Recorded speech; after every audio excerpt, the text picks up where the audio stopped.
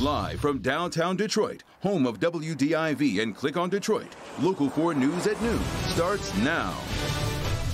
All right, here's where we're at now. The question, should you, by you I mean personally you, wear a face mask to stop the spread of coronavirus? The new guidance expected today from the Trump administration. And it's a question so many parents have right now. What will their school district do now that all school buildings will be closed for the rest of the year? The governor providing insight. And we begin here at noon with the latest headlines on the coronavirus pandemic. There are more than 245,000 cases of coronavirus in the U.S. nationwide, with more than 6,000 deaths. In Michigan, confirmed cases have reached more than 10,000 with 417 fatalities. A short time ago, Governor Gretchen Whitmer signed an executive order prohibiting employers from disciplining workers if they choose to stay home because a close contact tested positive for the virus. Today, Delta said it will give passengers 2 years to use credit from canceled flights. And Meyer announcing it will begin daily health screenings for employees this week. So for a lot of parents, there is still that big question mark surrounding schools.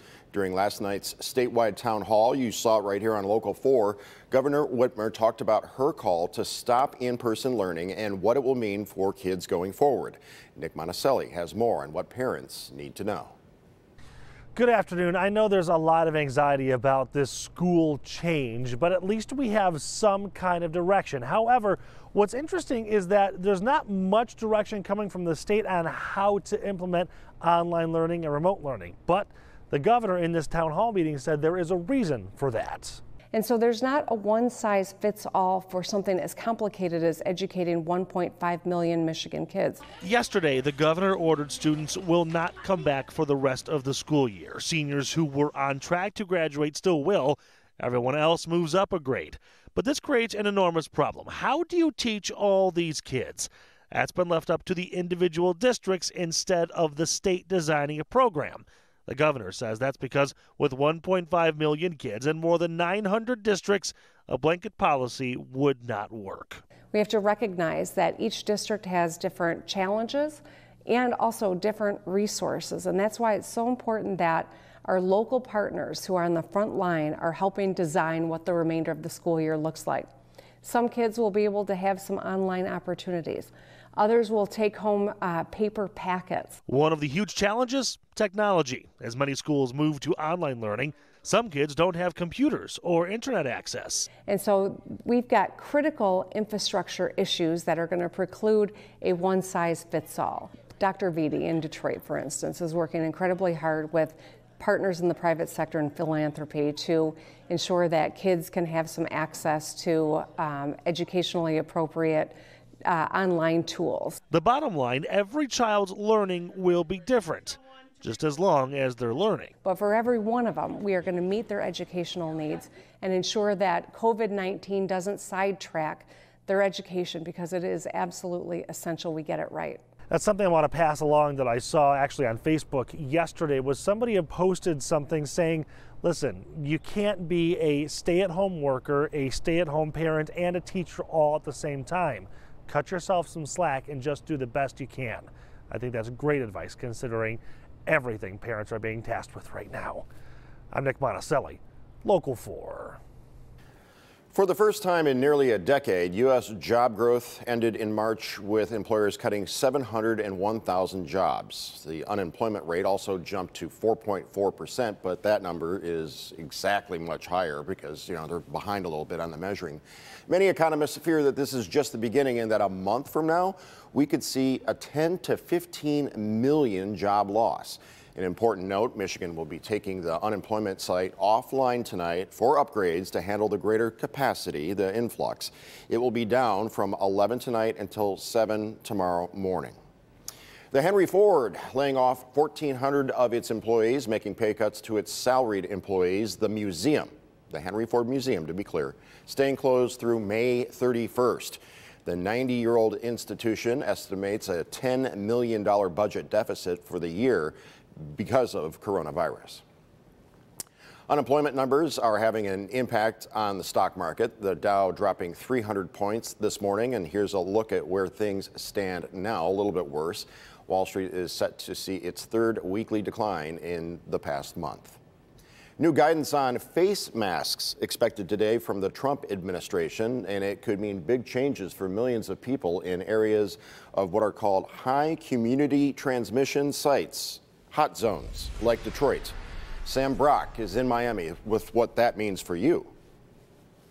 A senior Trump administration official telling NBC News new guidance is coming soon, advising Americans who live in areas of high community transmission to wear cloth masks to prevent the spread of coronavirus. Given the fact that we know that asymptomatic people are clearly transmitting infection, it just makes common sense that it's not a bad idea to do that. That measure already taken by the mayors of New York and Los Angeles. This will be the look.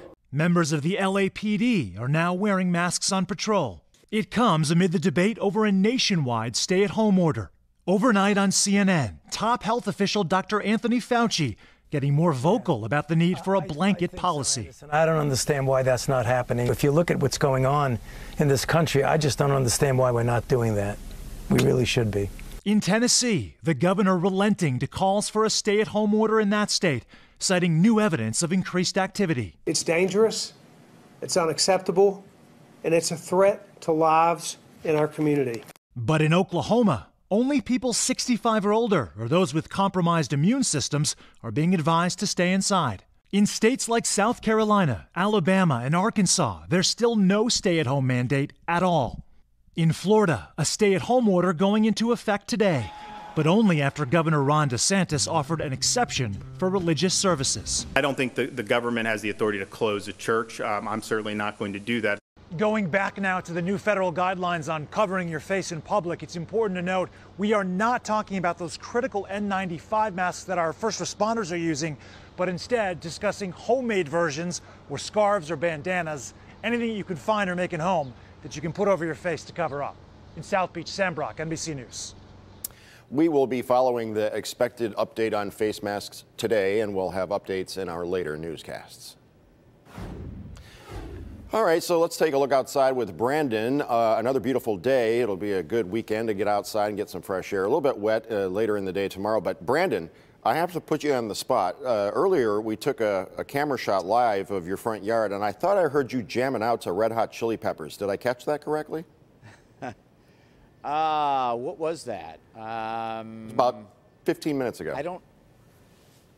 It was not. I had some of that on earlier this morning, though, and just trying to think what I had on earlier.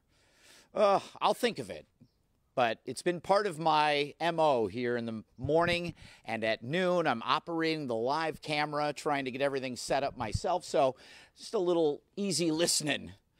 Back in the 90s is where I stay most of my music. Let's take a look at some of the numbers out there. A live shot here in Ann Arbor. Looking good here. 53 degrees at Metro. It's 58 in Ann Arbor. 57 Adrian.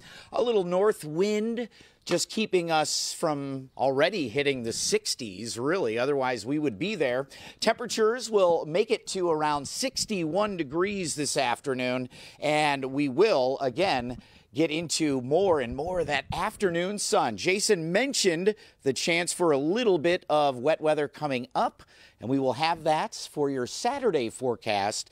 As I search my YouTube catalog here, I'll find the song, Jason, coming up. Some sad news this noon in the world of music. The soulful voice behind some of the most popular hit songs of all time has passed away. Bill Withers died Monday in Los Angeles from heart complications at the age of 81. The three-time Grammy winner was known for songs like Lean on Me, Ain't No Sunshine, Lovely Day. Again, just 81 years old. Target is making changes for anyone who needs to make a run to its stores. What will be different inside and outside to maintain social distancing rules? And is it the new center of Europe's coronavirus outbreak? Spain marks a grim milestone as hospitals reach a tipping point in this pandemic. We'll be right back.